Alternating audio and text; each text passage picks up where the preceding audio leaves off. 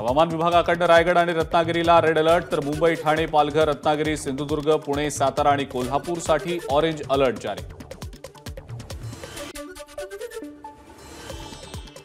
अहमदनगर शहरासह परिसरात पावसामुळे बळीराजा सुखावला, मात्र रस्त्यांवर पाणी साचल्याने वाहन चालक त्रस्त।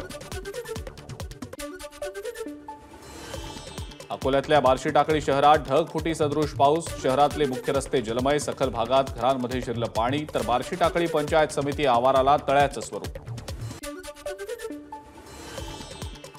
वाशिम शहर आणि परिसरात पावसाची हजेरी, शेतकरी सुखावले। छत्रपती संभाजीनगरच्या सिल्लोडमधल्या हळदा परिसरामध्ये ढगफुटी सदृश पावसामुळे नद्या नाल्यांना पूर, शेतकऱ्यांचं मोठं नुकसान। हिंगोलीतल्या वसमतमध्ये पावसाची दमदार हजेरी, ओढ्यांना पूर आल्यानं अनेक ठिकाणी रस्ते बंद।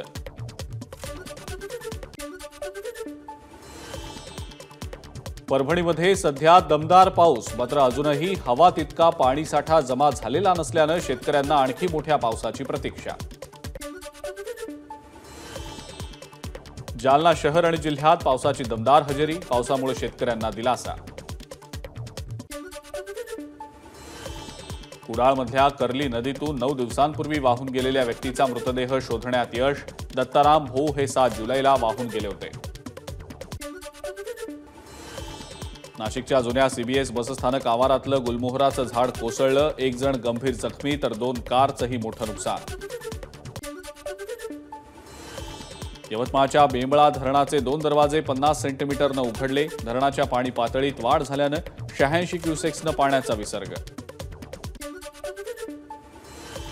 छत्रपती संभाजीनगरच्या खुलताबादमध्ये मुसळधार पाऊस, वेरूळचा सीतान्हाणी धबधबा प्रवाहित।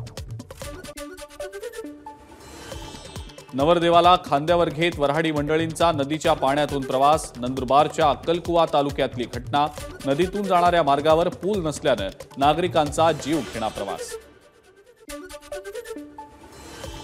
आषाढी एकादशीसाठी विठ्ठल रुक्मिणी मातेचा विशेष पोशाख, विठुरायाच्या भगव्या रंगाचा शेला आणि मखमली सोवळं, तर रुक्मिणी मातेसाठी बंगळुरूहून आणलेली भरझरी नऊवारी साडी। वाखरीमध्ये ज्ञानोबांच्या पालखीचं गोल रिंगण, पालखी सोहळ्यातलं हे सर्वात मोठं रिंगण, वारकऱ्यांसह रहिवाशांचाही मोठा सहभाग। संतश्रेष्ठ ज्ञानेश्वर माऊलींच्या पालखी सोहळ्यात काँग्रेस प्रदेशाध्यक्ष नाना पटोलेंचाही सहभाग, विठू नामाच्या गजरात नानांची पायी दिंडी। नाना पटोलेही मुख्यमंत्री पदाच्या शर्यतीत, कार्यकर्त्यांनी पटोलेंच्या गळ्यामध्ये घातली भावी मुख्यमंत्री असं लिहिलेली वीणा। आषाढीला जाणाऱ्या वारकऱ्यांसाठी भाजप विशेष ट्रेन सोडणार, उपमुख्यमंत्री देवेंद्र फडणवीस आज हिरवा झेंडा दाखवणार, सीएसएमटी स्थानकातनं रेल्वे रवाना होणार। आषाढी एकादशीच्या निमित्तानं मुख्यमंत्री एकनाथ शिंदेंचा 2 दिवसांचा पंढरपूर दौरा, यावेळेला विविध कार्यक्रमांना मुख्यमंत्री उपस्थित राहणार। सांगलीतल्या जतमधल्या नेहा ज्वेलर्समध्ये चोरी, दुकान फोडून 7 ते 8 किलो चांदी गेली चोरीला। वर्ध्याच्या हिंगणघाटमध्ये बंद घरामध्ये चोरी, कुलूप तोडून दागिन्यांसह 27,000 रुपयांची रोकड लंपास। वाढत्या गुन्हेगारीला आळा घालण्यासाठी छत्रपती संभाजीनगर पोलिसांचा अनोखा उपक्रम, औद्योगिक वसाहतीमध्ये ड्रोनच्या माध्यमातून पेट्रोलिंग सुरू।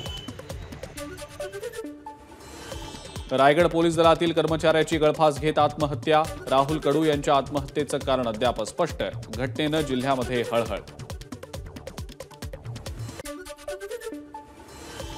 चंद्रपूरच्या बल्लारपूर पोलीस ठाण्यातल्या शिपायाची राहत्या घरामध्ये गळफास घेत आत्महत्या, मुलांना घेऊन बायको माहेरी गेल्यानं तणावातून आत्महत्या केल्याचा प्राथमिक अंदाज। जात वैधता प्रमाणपत्र सुरळीत मिळण्याच्या मागणीसाठी आदिवासी टोकरे कोळी समाजाचा मोर्चा, अमळनेर तहसील कार्यालयावर काढला मोर्चा। दुधाला 40 रुपये हमीभाव मिळावा या मागणीसाठी शेतकरी आक्रमक, अकोले तालुक्यातल्या कोतुळमध्ये 10 दिवसांपासून आंदोलन सुरू, दुधाची हंडी फोडत शेतकऱ्यांकडून सरकारचा निषेध। वर्ध्यात जिल्हाधिकारी कार्यालयासमोर महसूल कर्मचाऱ्याचं आंदोलन, मागण्या मान्य न झाल्यास आंदोलन आणखी तीव्र करणार, कर्मचाऱ्यांचा इशारा।